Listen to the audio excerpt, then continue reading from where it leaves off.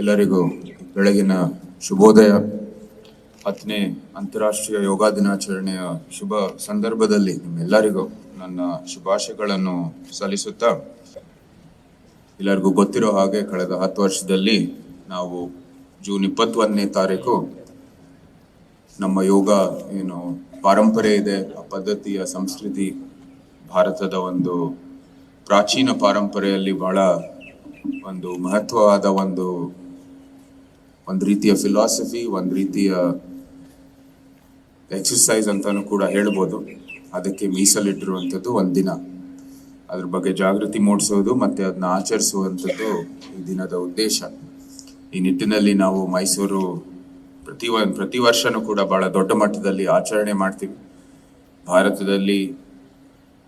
ಇಡೀ ಭಾರತದಲ್ಲಿ ಆಧುನಿಕ ಕಾಲದ ಯೋಗ ಮೈಸೂರಲ್ಲೇ ಸೃಷ್ಟಿಯಾಯಿತು ಅಂತ ಹೇಳಿದ್ರೆ ತಪ್ಪಾಗಲ್ಲ. ಕಾರಣ, ಅಂದಿನ ಕಾಲದಲ್ಲಿ ತಮ್ಮ ಶ್ರೀ ತತ್ವ ನಿಧಿಯಲ್ಲಿ ಸುಮಾರು 108 ಆಸನಗಳನ್ನು ದಾಖಲೆ ಮಾಡಿ ಉಮ್ಮಡಿ ಕೃಷ್ಣ ಜೊಡೆಯರ್ ಕಾಲದಲ್ಲಿ ಈ ಯೋಗಾಭ್ಯಾಸ ಮೈಸೂರಲ್ಲಿ ಶುರು ಆಯಿತು.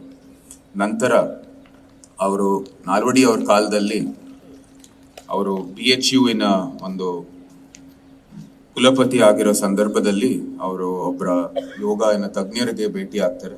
ಹೆಸರು ಶ್ರೀ ಟಿ ಕೃಷ್ಣಮಾಚಾರ್ಯರ ಜೊತೆ ಭೇಟಿ ಆಗ್ತಾರೆ BHU ಅಲ್ಲಿ.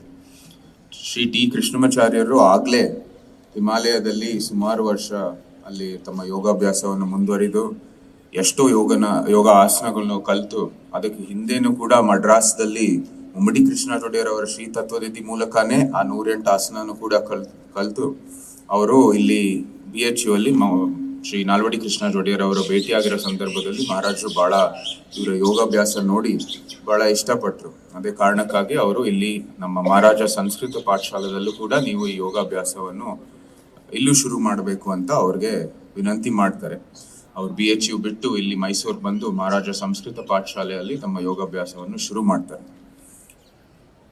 ಅವರು ನಿಜವಾಗ್ಲೂ ನೀವು ಹೇಳಕ್ ಹೋದ್ರೆ ಅಂದಿನ ಕಾಲದಲ್ಲಿ ರಾಜರು ಹೇಳ್ತಾರೆ, ಯೋಗ ಇವಾಗ ಬಹಳ ಸ್ಟ್ಯಾಟಿಕ್ ಆಗಿದೆ, ಇನ್ನು ಡೈನಾಮಿಕ್ ಆಗಿ ಮಾಡಬೇಕು. ಕಾರಣ ಅಂದ್ರೆ ನಮ್ಗೆ ನಮ್ಮ ಎಲ್ಲ ಪ್ರತಿಯೊಬ್ಬರು ನಮ್ಮ ಸಮಾಜದಲ್ಲಿ ಬಹಳ ಅಸ್ಥೆಟಿಕ್ಲಿ ಮತ್ತೆ ಮುಂದಿನ ಬರೋ ಯುದ್ಧಗಳಿರ್ಬೋದು, ಅನೇಕ ಕಾರಣಕ್ಕಾಗಿ ಎಲ್ಲ ಸಿದ್ಧ ಆಗ್ಬೇಕು. ಬಹಳ ಎಂಡ್ಯೂರೆನ್ಸ್ ಕೂಡ ಮತ್ತೆ ಸ್ಟ್ರೆಂತ್ ಕೂಡ ನಮ್ಗೆ ಬೇಕಾಗಿದೆ, ಬರೀ ಮೊಬಿಲಿಟಿ ಅಲ್ಲ.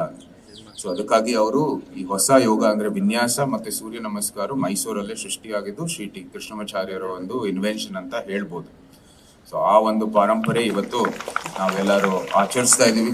ಅವರ ಇಬ್ರು ಶಿಷ್ಯರು ಶ್ರೀ ಪಟ್ಟಾಭಿ ಜಾಯ್ಸ್ ಅವರು ಮತ್ತೆ BKS ಅಯ್ಯಂಗಾರ್ ಅವರು ಈ ನಮ್ಮ ಯೋಗ ಏನು ಮೈಸೂರಲ್ಲಿ ಸೃಷ್ಟಿಯಾಗಿರುವ ವಿನ್ಯಾಸ, ಅಷ್ಟಾಂಗ ಎಲ್ಲಾನು ಕೂಡ ಅಂತಾರಾಷ್ಟ್ರೀಯ ಮಟ್ಟಕ್ಕೆ ಅದರ ಬೆಳವಣಿಗೆಯ ಕಾರಣ ಅಂತ ಹೇಳ್ಬೋದು. ಅದೇ ಪಾರಂಪರೆ ನಾವೆಲ್ಲರೂ ಇವಾಗ ಆ ಪಾರಂಪರೆಯ ರಾಯಭಾರಿಯಾಗಿ ಈ ಒಂದು ಯೋಗ ದಿನವನ್ನು ಆಚರಿಸ್ತಾ ಇದ್ದೀವಿ. ಸೊ ಅದಕ್ಕಾಗಿ ನಿಮ್ಮೆಲ್ಲರಿಗೂ ಮತ್ತೊಮ್ಮೆ ನನ್ನ ಕೃತಜ್ಞತೆಗಳು. ಈಗಾಗಲೇ ನಮ್ಮ DC ಕೂಡ ಹೇಳಿದ್ದಾರೆ, ನಮ್ಮ ಯೋಗ ಡೇ ಅಥವಾ ದಸರಾ ಸಂದರ್ಭದಲ್ಲಿ ಇದು ದೊಡ್ಡ ಮಟ್ಟದಲ್ಲಿ ಆ ಗಿನ್ನಿಸ್ ರೆಕಾರ್ಡ್ ಅನ್ನು ಕೂಡ ಮಾಡಕ್ಕೆ ನಾವು ಎಲ್ಲ ಸಿದ್ಧ ಆಗ್ಬೇಕು ಅಂತ. ಸೊ ನಮ್ಮ ಕಡೆಯಿಂದನೂ ಕೂಡ ಎಲ್ಲ ರೀತಿಯ ಸಹಕಾರ ಇರುತ್ತೆ. ಮತ್ತೆ ನಿಮ್ಮೆಲ್ಲರ ಇಲ್ಲಿ ಅನೇಕ ಯೋಗ ಸಂಸ್ಥೆಗಳು ಆಗಮಿಸಿರೋವರೆಗೂ ಕೂಡ ನಾನು ಅದೇ ಒಂದು ಮನವಿ ಮಾಡ್ತೀನಿ. ಮೈಸೂರು ಆಧುನಿಕ ಕಾಲದಲ್ಲಿ ಈ ಯೋಗಕ್ಕೆ ಒಂದು ಕೇಂದ್ರ ಆಗಿರೋ ಕಾರಣ ಅಂದ್ರೆ ಈ ಅನೇಕ ಸಂಸ್ಥೆಗಳು ಇವತ್ತು ಎಲ್ಲರೂ ಉಪಸ್ಥಿತಿ ಇದ್ದೀರಾ. ನಿಮ್ಗೆ ನಾನು ಕೃತಜ್ಞತೆಗಳನ್ನು ಹೇಳಬೇಕಾಗಿದೆ. ಈ ಯೋಗ ಅಂತ ಒಂದು ಕೇಂದ್ರ ಆಗಿ ಆ ಪಾರಂಪರೆಯನ್ನು ಸಂರಕ್ಷಣೆ ಮಾಡಿರೋ ಪ್ರತಿಯೊಂದು ಸಂಸ್ಥೆಗೂ ಕೂಡ ನಾನು ಹೃತ್ಪೂರ್ವಕವಾದ ಕೃತಜ್ಞತೆಗಳನ್ನು ಸಲ್ಲಿಸುತ್ತಾ, ಮತ್ತೊಮ್ಮೆ ನಮ್ಮ ಎಲ್ಲ ಮೈಸೂರಿನ ನಾಗರಿಕರೇ ಇಲ್ಲಿ ಉಪಸ್ಥಿತರಿರುವ ಪ್ರತಿಯೊಬ್ಬರಿಗೂ ಕೂಡ ನನ್ನ ಹೃತ್ಪೂರ್ವಕವಾದ ಶುಭಾಶಯಗಳನ್ನು ಹೇಳ್ತಾ, ಜೈ ಹಿಂದ್, ಜೈ ಕರ್ನಾಟಕ. ನ್ಯೂಸ್ ಫಸ್ಟ್, ನಿರ್ಭೀತಿಯಿಂದ ನಿಮ್ಮ ಪರವಾಗಿ.